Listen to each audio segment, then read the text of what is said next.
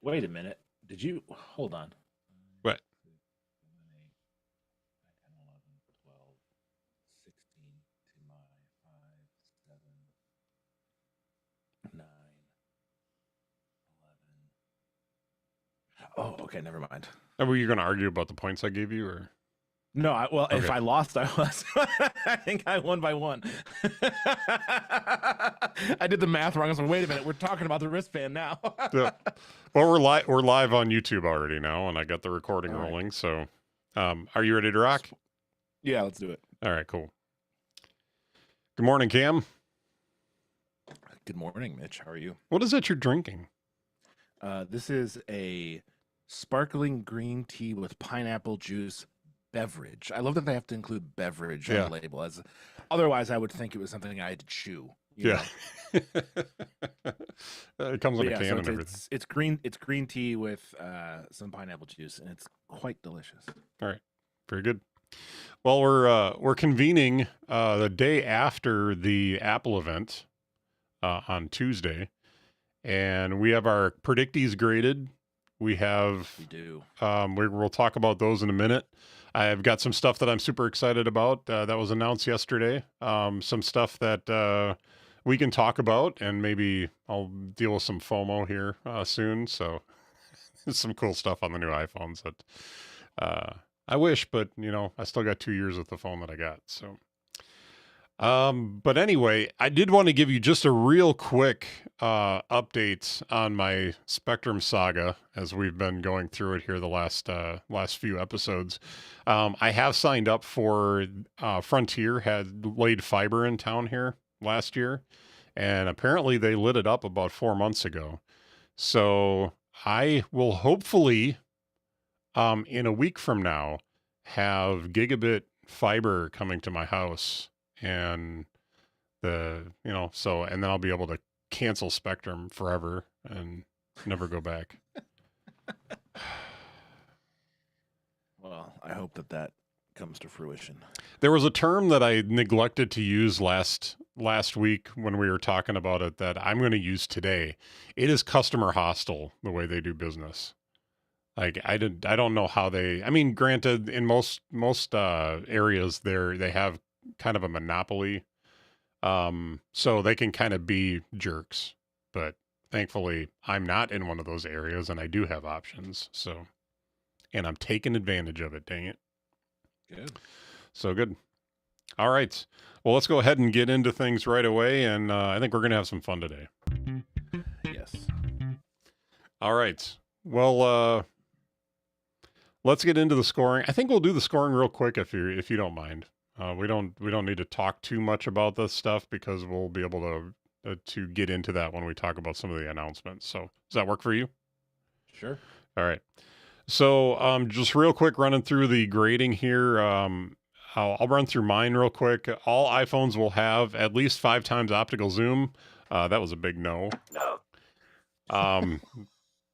Which forgot about that. it was a swing for the fences. It did move to the iPhone Pro, but it did not go to the regular iPhone 16s. So no point there. The big one that I think we were both planning on was Pro phones will have larger displays, so we both got 5 points for that. Well, and all iPhones have bigger displays. The regular 16s are bigger too. Yeah, I didn't catch that in the announcement, but okay, cool. Yeah. I thought we might see a new iPad mini. That was a big no. No. New design for the Apple Watch. Yes. I'm moderately excited about the design. I mean, it's just bigger and flatter, or thinner, I guess would be the way they put it. And they did do a lot of work to design the details of it, which I think were nice, but we can talk a little bit about it if we really care about that. But they say that the screen on the 46 millimeter, or the bigger of the two, is actually the same size as the screen on the Ultra. I don't know. It doesn't make sense to me. I guess they're measuring the outside case when they say the one is 46 millimeter and the other one's 49 millimeter. But so I guess that makes sense. A new brown bronze color for the iPhone Pro. We did get. He's looking like. Well, I'm going with the bronze because it is kinds of bronzy. Desert titanium. And it's a light brown on the back. But yeah, the desert titanium. And I told my wife if I was looking at a new phone this year, I think that would be the color that I would want to go with because it is a pretty sharp color. So, and then my Buck Wild pick was there will be a new orange Apple Watch Ultra Band. Good grief, there was about every other color but. There was blues, there was greens, there was all kinds of different colors. And I think the big thing that probably changed it for this year was the announcement of the satin black Ultra. So a lot of those colors were to look nice with that darker color. So, all right, do you want to run through your picks real quick? Yeah, first, iPhone 16 Pro has a capture button. Yes. There'll be a new Apple Watch SE. No. New AirPods. Yeah, we got a couple different new AirPods. Yes. Including a refresh to the Max with USB-C charging and a bunch of new colors. Yeah, we'll talk about that in a little bit. Mm-hmm. Yeah. Tim Cook wears a new watch band. We don't know, but we're going to go with the no because he wore a very generic. Oh wow, we have multiple incorrect options. I got my fingers all over him right now. No comment. The event is less than 90 minutes. It was like 95. It was so close. When I saw the runtime, I was like, you gotta be kidding me. 98 minutes. Yeah, annoying. Nice round number, 98. And then lastly, my Buck Wild pick, action button on all models of iPhone. Cha-ching! Yes. Yes. Yes. So there we go. And I got a lot of points on that last one. So. All right. Well, the way the points worked out, we don't need to go through each set of picks, but it ended. I had 16 points. You had 17. So congratulations, sir. Oh, thank you very much. Close, hard-fought battle. Mm-hmm. Did you like doing it this way? Was this kind of fun? Yeah, I enjoyed it. Okay. I think what we might do, just rules-wise for the next time we do this, is just put them all together instead of having them split up between my picks and your picks. So we'll just bounce back and forth and just list out 10 picks, and then we can have our Buck Wild picks. And then once we agree on all those picks being good, then we'll score them and go from there. Right now, the database that I have this built in, it looks like a mess. So that might simplify the database. So sounds good. But congratulations, sir. And let's go ahead. Does this make me the new benevolent predictator? I think you can have that title if you want. The benevolent predictator. Yay. Yes. All right, so let's talk about the Apple Watches that they announced. Is there anything really like standout-ish that you wanted to point out? I mean, the new Black Ultra looks pretty cool. It does look slick. I'm looking at the site now. I mean, I don't know. Like, I'm not getting a new one. No, I don't think either one of us are in a position to do that right now. Yeah, $400 for it. Yeah, no. I mean, to be fair, that's what they cost. I know. I just forgot how much they cost. Yeah. No, I mean, it feels to me like just a natural progression. Like, I feel like I'm a broken record a lot of times with this stuff. Is like, it just feels like the next natural step for these things. Slightly larger screens, slightly thinner design.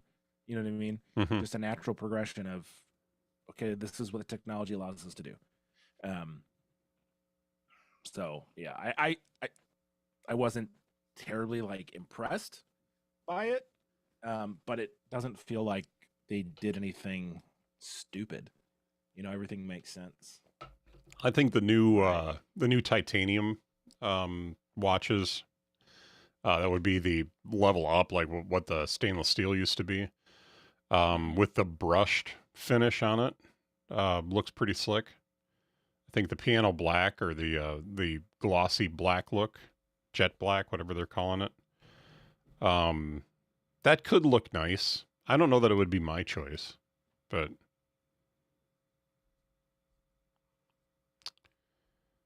there's some new watch. I do have one comment. They did drop a lot of new watch faces. Yeah, and again, I don't really care about that stuff. Okay. But there was one point where the head of Apple Health, I think her name is like Sumbul. Yeah. She was on screen and she's like, 80% of people with sleep apnea are undiagnosed. You can't know that. Yeah. That's not a fact you can know. They're undiagnosed. Yeah. You're just guessing and saying stuff. I was so annoyed. Yeah. That triggered me so hard. I was like, that is an unknowable thing. You can't just say crap like that. Yeah. I mean, I'm sure they've got some research studies or something like that but once they know, they're diagnosed, right? Exactly. So you can't say 80% of people that have sleep apnea are that's an unknowable number. Well, you know that 80% of statistics are made up. Mitch, it bugs me because like words mean things, right? And here's this doctor lady who clearly knows her stuff because she's in the position she's in, and she's just out here saying stuff. Mm-hmm. Like, oh my gosh. So annoying. Anyways. I had forgotten about that, but I was looking at the Apple Watch page and it showed the sleep apnea. You may have sleep apnea health sign. I was like, oh my God. I got triggered again. I'm past it now. Let's move on.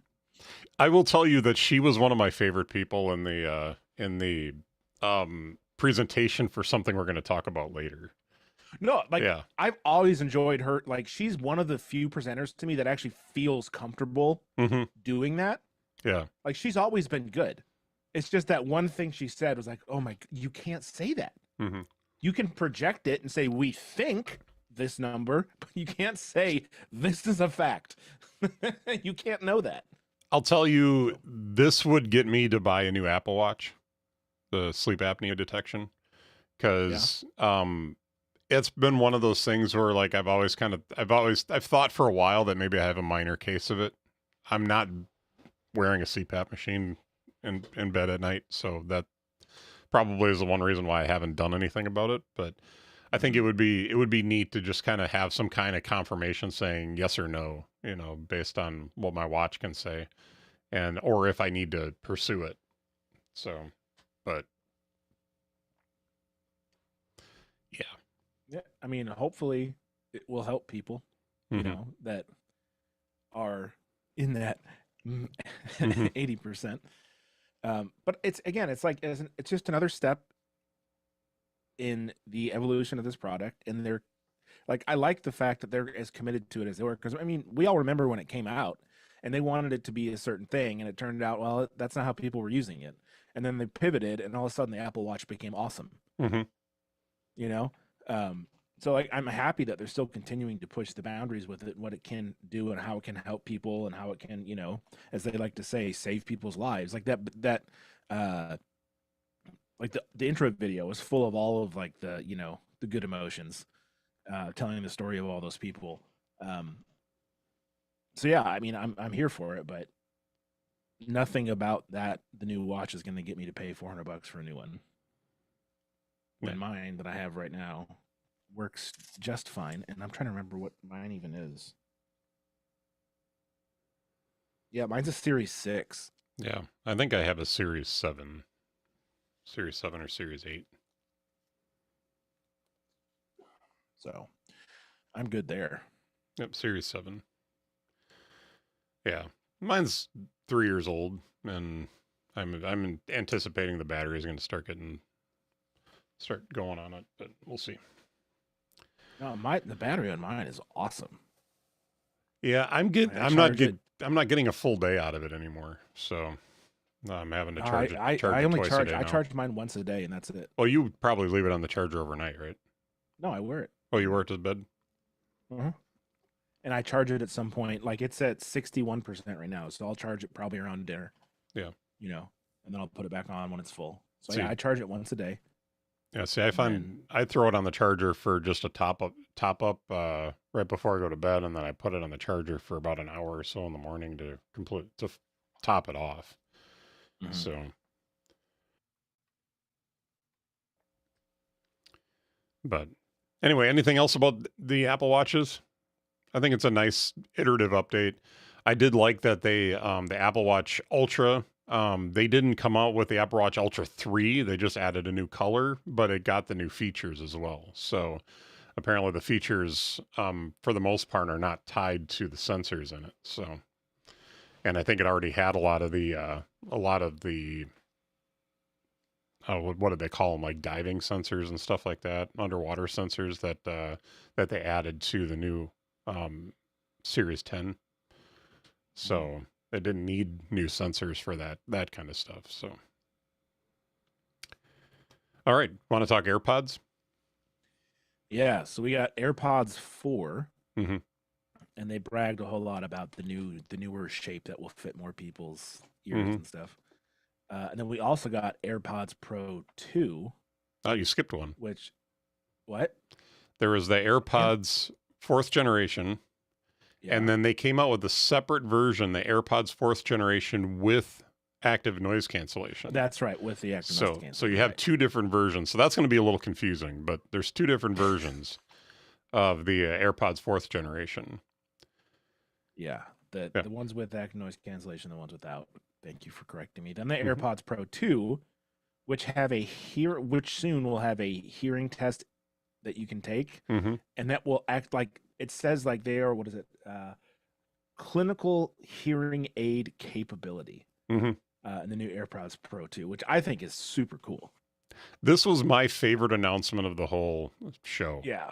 As someone who I firmly believe my hearing is on its way down because of all the loud music that I've played, both through stereo and guitar Mhm. amps and playing live performances. It's like I did not take good care of my ears when I was younger.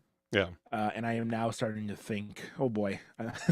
So I would be interested in finding out more about that because There was hearing is important. there was a year in my youth where I probably went to over 100 shows.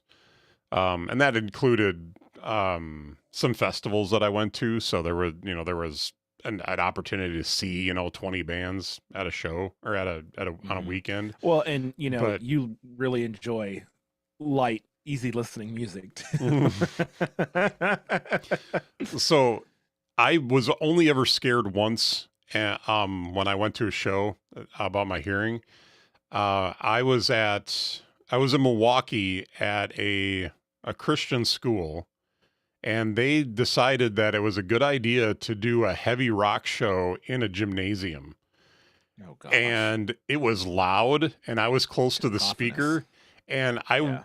I can't even tell you how awful my ears felt that night.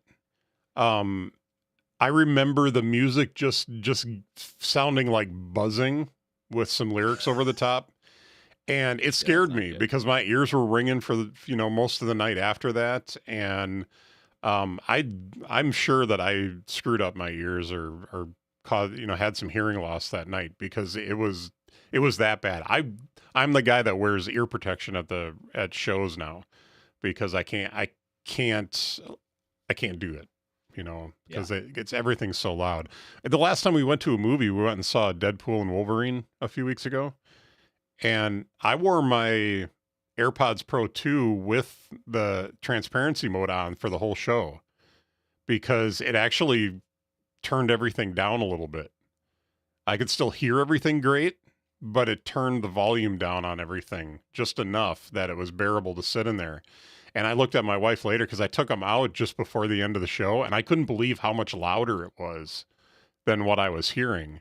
And my wife was like, yeah, it was insanely loud for the whole show. And she has a hearing aid in one ear, and she turned her hearing aid down at one point because it was so loud. And so, for me, like, I feel like the AirPods Pro 2 are such a great option for hearing protection at a show like that because it really doesn't diminish the enjoyment of it, but it helps turn it down. And the fact that they're adding features into the AirPods Pro 2 to further extend that capability is just amazing. Like I'm on board for this. The whole hearing aid concept of it is like you can do the test and it, gives you a profile or a hearing profile, and then it adjusts everything to your hearing profile to the point that you can almost wear them as hearing aids. Is next level for me, because I know that when my wife and I go out to eat, it's hard sometimes to have a conversation with the background noise. And I know that's part of my hearing loss. It's what I've been, that it's like I hear the background so much more, and it's hard to hear her. And so having that capability to put those AirPods in, and now my wife did say, are we going to have to wear AirPods all the time? That's kind of weird. And so I get it. It is a little weird, but I also shared with her, I think that it is becoming more and more common in our culture now to see people walking around with like AirPods or earbuds in. And I mean, I walk around and I live in the middle of rural Wisconsin where, you wouldn't see a lot of those trends until after they're a big deal in the bigger cities. And we just kind of deal with that. But I see people all the time at the grocery store, at the gas station with earbuds in. And it's nothing to walk up to, and I do it, but it's nothing to walk up to pay for stuff and they talk to you like they're not even in. Like they just assume you can hear them. And so, I think it's becoming so much more common in our culture now to have stuff like that in your ears that I don't know that we're that far from, not thinking weird about somebody who's sitting eating dinner with his wife with AirPods in. So does that make sense? Yeah. So like I see it where I live too a bunch. And the one thing that drives me nuts is teenagers will walk around with one in. Yeah. And like they'll be in a circle talking with people and they'll all have one ear pod in. It's like, just take it out. You're clearly here to have a conversation. Why are you still listening to whatever garbage music you're listening to anyways? Well, you assume they have anything on, there's really. 6 of you all talking. Just take it out. You don't need. Yeah. It's. I almost walked up to a kid and took it out of his ear because I was like, "We're having a conversation. What are you doing?" And then I was like, "Oh my God, I'm the old man now." You are the old man now. What has happened? But it's also one of the kids that like we always give each other crap. He was a middle schooler when I was the youth pastor, and now he's like a junior in high school, and I was a small group leader for like 3 years. Like we have a really good relationship. But he was one of the kids. I almost walked up and I was like, Joel, like, what are you doing, man? What are you doing? But I didn't want to embarrass him in front of his friends. No, and I think I was making the point to my wife that, if this becomes a really common thing in our culture and it becomes acceptable, because I remember when, the Bluetooth headset, people just walking around with their Bluetooth headset sticking out of their ear was weird. Doing #business. Yeah, which I'll be honest with you, it's still a little weird. I mean, people notice it, but you don't think badly. I mean, we used to call them cyborgs back in the day. Oh, there's another Borg.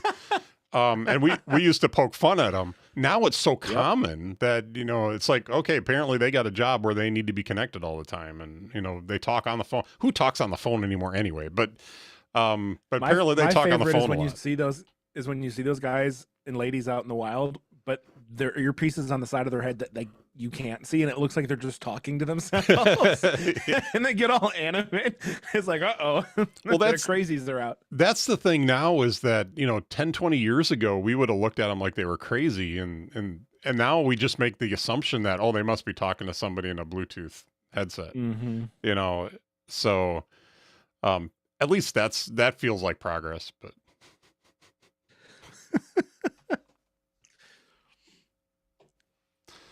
and anyway. Oh boy. AirPods Pro 2, $249. We can point to, or we can talk a little bit about the AirPods Max.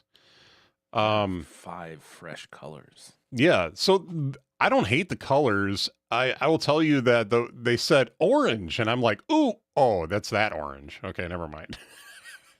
Yeah, it's like creamsicle orange. Yeah, it's a really bright. Bordering on almost like coral pink. Yeah.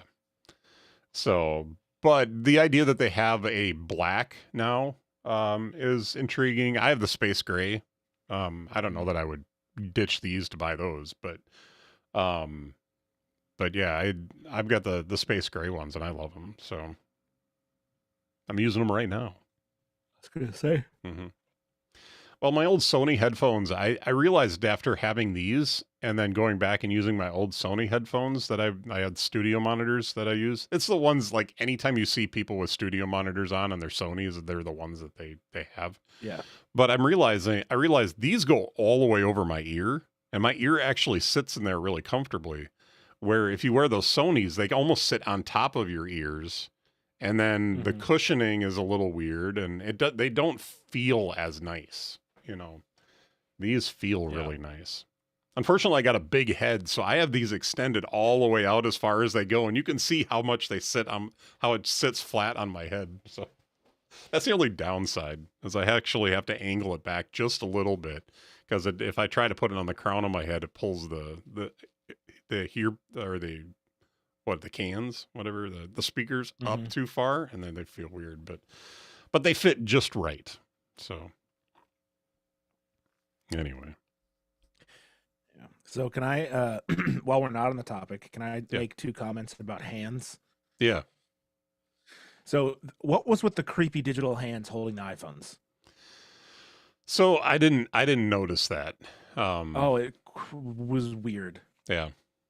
They were like digital hands. Like, what? Just use real people hands. Why are we doing this creepy fake stuff?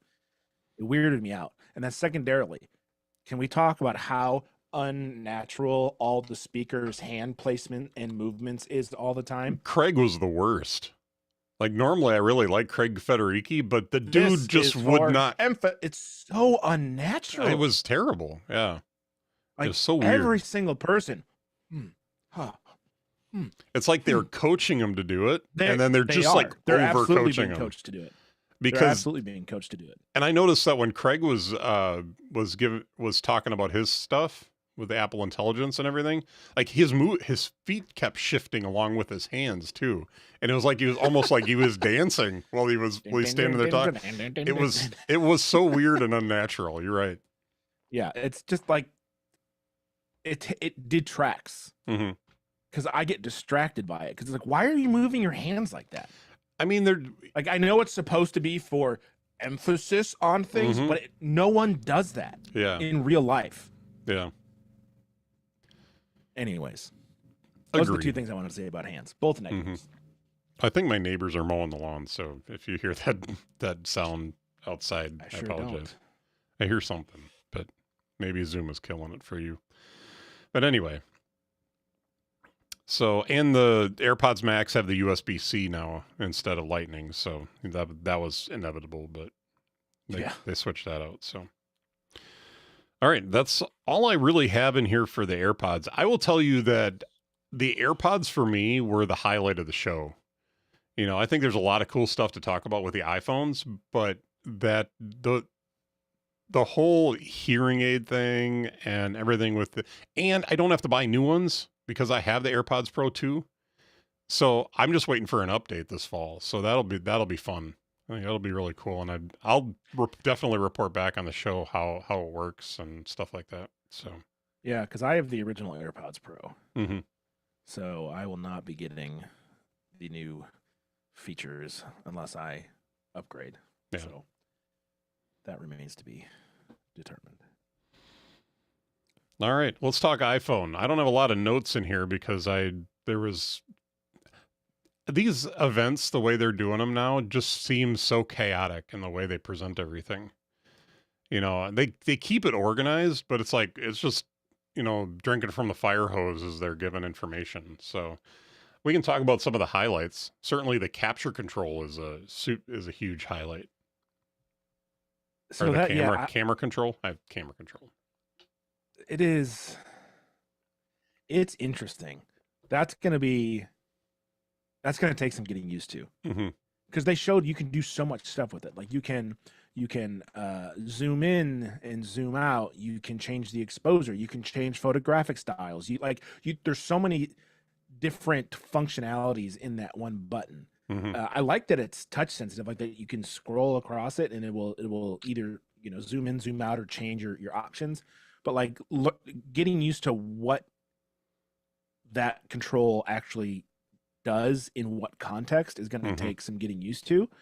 And I mean, I have a 15 Pro, and I'm so I won't have to worry about that for a couple of years. But I think conceptually it's really cool. Yeah. That they have built that in, and they put it on the correct side of the phone, so that your lenses are at the top. It's it's just beneath the power button on the right. So I mean, it's in the exact right place. That a shutter button would be on a regular camera too. It's just more functionality. And the new, like a lot of the new photo and video and audio features they talked about at the very end are all incredible. And just like, yes, this makes sense. Yes, the cameras are better. The video is better. The audio is better. Like, of course, this is just, again, Apple's never not going to have better cameras in new phones, Yeah. Unless we start brushing up against the barriers of physics, which we're probably getting pretty close to, frankly, with how small these things are. But yeah, I mean, 4K 120 on your phone in your pocket. That's insane. So yeah, I want to play with it just to see how it is, but again, I'm locked into this phone for at least another year, if not two. Yeah, the button to the capture or the camera control. Jason Snell was talking about it on Upgrade this week. I haven't finished listening to the episode, but he was talking about his hands-on with that, and he's like it's weird. It will take getting used to, but he said it's really interesting that you hold it. And there's some stuff you can do if you double press it. You're not pushing the button, but you kind of press into it twice. That's when it pulls up the little menu as to what you want it to do. So you scroll through and you find the zoom, for instance, and then you kind of push in a little bit on it, and then it brings up the zoom, so you can scroll through the zoom. And then when you're ready to take the picture, that's when you press the button. So everything is done kind of on a few different levels as far as how you press it and how you scroll on it. And so I think it could become really intuitive. I kind of thought about the trackpad for the Mac when I was thinking about this, like all the different gestures and things like that you can do with it. I kind of thought about that because when I first started using one of their their trackpads with my MacBook Pro, I had to learn the swipes and moving things around. And it's always funny when somebody tries to use my computer and it's like, how do you do this? How do you do that? So for me, it's like second nature now. If I want to do something, I'm not even thinking about what I'm doing anymore. Where at first I did. So I think that's going to be one of those kinds of things where we're using that button and as we're, swiping and we're doing like the double presses on it and then the push and all the different things like that it will become kind of second nature, but it's going to take a while. And I think the most interesting thing about this button is the fact that they didn't do a case cutout for it. They actually created a button on the case that's capacitive touch that will allow you to use that camera control through another button. I don't know if you saw that, but I think most case manufacturers should just have cutouts for it, because I think this is going to be a really, really odd spec to try and be able to do well. But the Apple cases are supposed to be able to just use the outside of the case or that little button that they have on the outside of the case, just like you don't have a case on it. So it'll be interesting to see how well it works. Yeah. I'll have to go stop by the Apple store in a couple of months and check it out. Yeah. I'll be honest with you, I knowing that I wasn't upgrading phones this year, I didn't invest myself too hard in all the stuff they talked about. But certainly they were talking a lot about Apple Intelligence. I think that new visual intelligence looks interesting. I don't know if I want to say it's cool or it's awesome or anything like that quite yet, but it looks interesting. The ability to hold the phone up and press in on the camera control button, and it can give you hold it and it gives you information about what's in the frame. So I think that'll be interesting to see how people use that. But you have to have a 16 and a 16 Pro to be able to use that.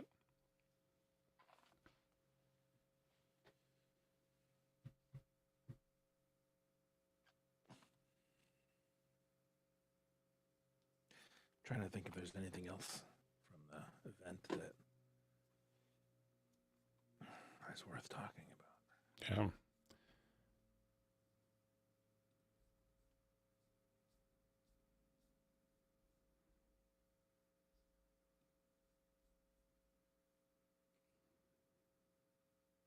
I'm going to take and just swipe through the page here real quick and watch all the awful scroll jacking that they do on here. I do really like the wallpapers for the pros.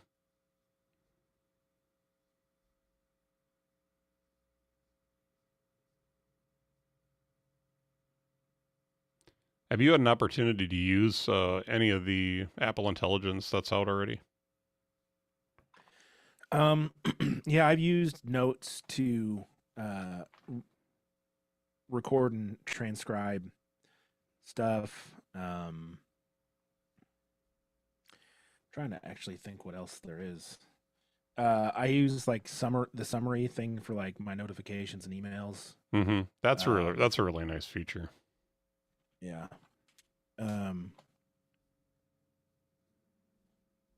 And then the predictive text stuff in messages, it pops up. I've used it once or twice. But that's really about it. Mm-hmm.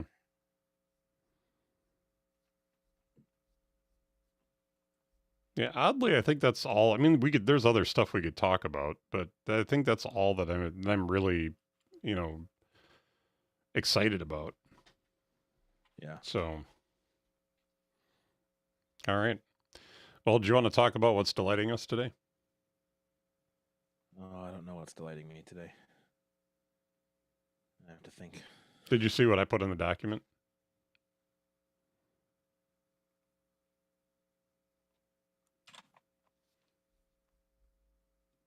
It doesn't say anything. It doesn't say anything for what's delighting me? Oh, in the bottom. It does, yeah. Really?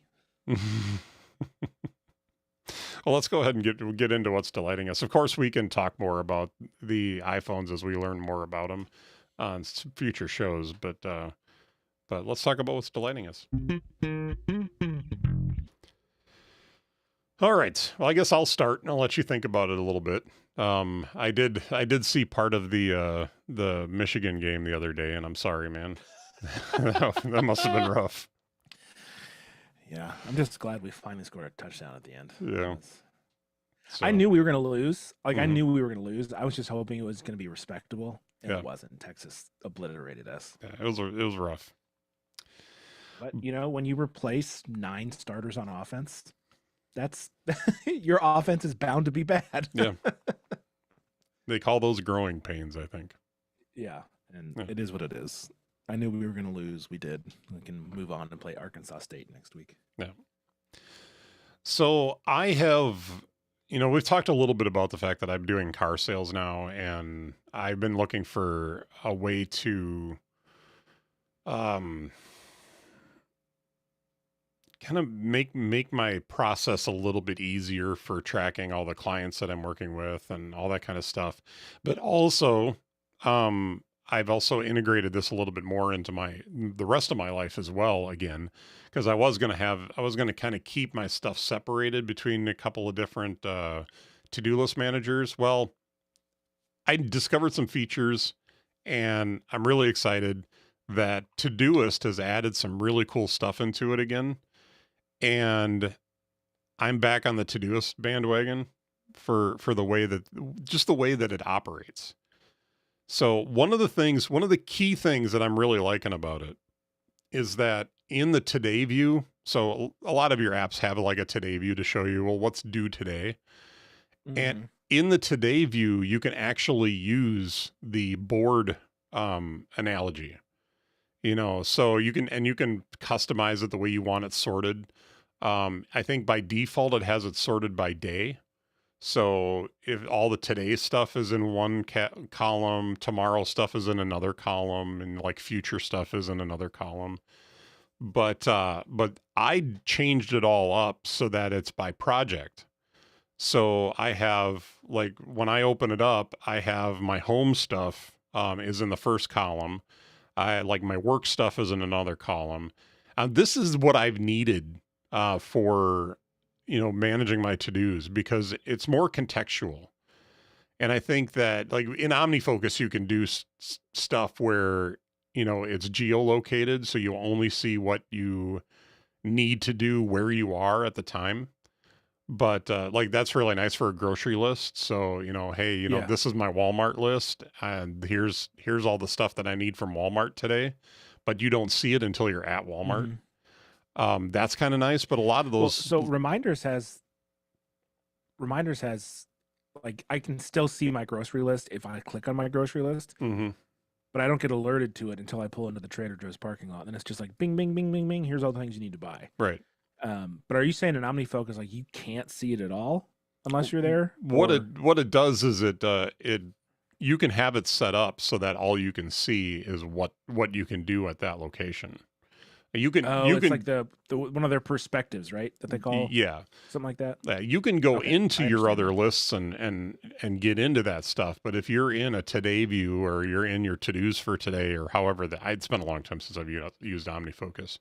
But if you're in, like, just the stuff that you're doing today, like, your home list will disappear, and your work list or your grocery list will pop up as your current list. And so Gotcha. it makes it easier for managing that kind of stuff. So, but Todoist with the Kanban board style today view has been game changing for me, because now when I want to look at my work projects or my work stuff, if somebody looks over my shoulder, they're not seeing, oh, you need a reminder to take a shower. Really? Yes, I do. All right. Sometimes I need to know today's a shower day. So, but anyway, I digress. But it helps with planning. That's really why I do it the way I do it. But anyway, Todoist. So I'm back on Todoist, and I'm really liking it. I spent an hour or so this morning I just started a new module in my biblical counseling training. And so I put all of my assignments that are due for the module into Todoist, and I'll go in and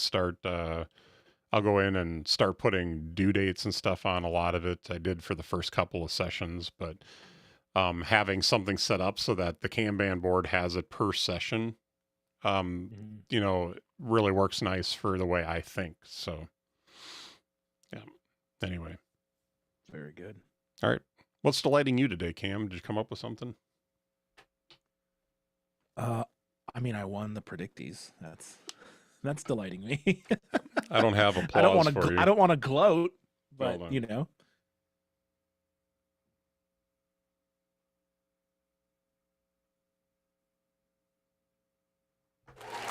There we go. What? Oh, I was just playing the applause for you. Did you Oh, not? I didn't hear it. Oh, you didn't hear it on I there? didn't hear it. Oh, let's try it again. No, nothing. Weird. Well, it recorded, so the fans will hear it. Great. Yes. No, but other than that, yeah, I don't know. Life is life, and I have my health. Let's say that. All right. That's what's delighting me. Excellent. Sorry to not have a anything lengthy, but No, it's all right. Anything else you want to talk to before we wrap it up for today? Anybody else? What did I say? Anything else you want to talk about before we wrap it up today? Yeah, can we talk about Sharon? No, I'm kidding. Sharon? Sharon. Yeah. I just made it that. I don't know. I was trying to be funny and it didn't Mhm. work. No, I thought you were funny. Yeah, well, I appreciate that. All yeah, right. no, I mean, because we talked about Act Like getting canceled last episode, Mm-hmm. so we don't need to rehash that. Mm-hmm. So I was talking about Star Wars theory on the last episode. Something that's happened since we talked last is that there is a campaign to get his YouTube channel shut down now because Why? he came out because people are petty and stupid. But there's been a campaign to get his YouTube channel shut down because he didn't like the show, and they're trying to make they're trying to make it all political, and it's just silly. My gosh. Yeah. There's literally in his comments on the a few different episodes where he came out and talked about how he didn't like the Acolyte. There are posts in there saying, "Hey, report this video, get this guy shut down." And essentially, it's the YouTube's way of trying to cancel somebody. So it's ridiculous. That's wild. Mm-hmm. Whatever. Yeah. All right. I've washed my hands of this. All right. Well, if you want to know more about us and check out our back catalog, we are at innerdialogue.show. And if you want to know more about what I do, check out mitchcraig.online. Cam, where can people find you? CamBrennan.com. Sweet. All right. Well, I think I've solved all of our audio issues for the live stream. We've live streamed like 3 or 4 times, and Cam has been echoey and things have been weird. And so I think I've got, because I have Loopback installed, another great Rogue Amoeba app, I was able to route all the audio around and actually create like virtual inputs that I was able to put into Ecamm Live. And everything I'm looking at on this end looks like it's working. So I'll have to go back and listen to the video when we get done, but and make sure it worked. But I think it worked. So cool. Huzzah! You don't sound like 3 or 4 people talking at the same time now. So. Oh, well, challenge accepted. And I don't have any of those videos public. I kept those private so that we don't sound like idiots. You know, I don't need more reasons to look like an idiot on the internet, Mitch. So I appreciate that. All right. Well, we'll wrap it up for today, Cam. It's been fun. Thanks for getting together with me on this Tuesday morning so that we can talk about nerdy stuff. And you were most welcome. Thanks for having me. And you have a wonderful rest of your day. You too, sir. Later. Au revoir.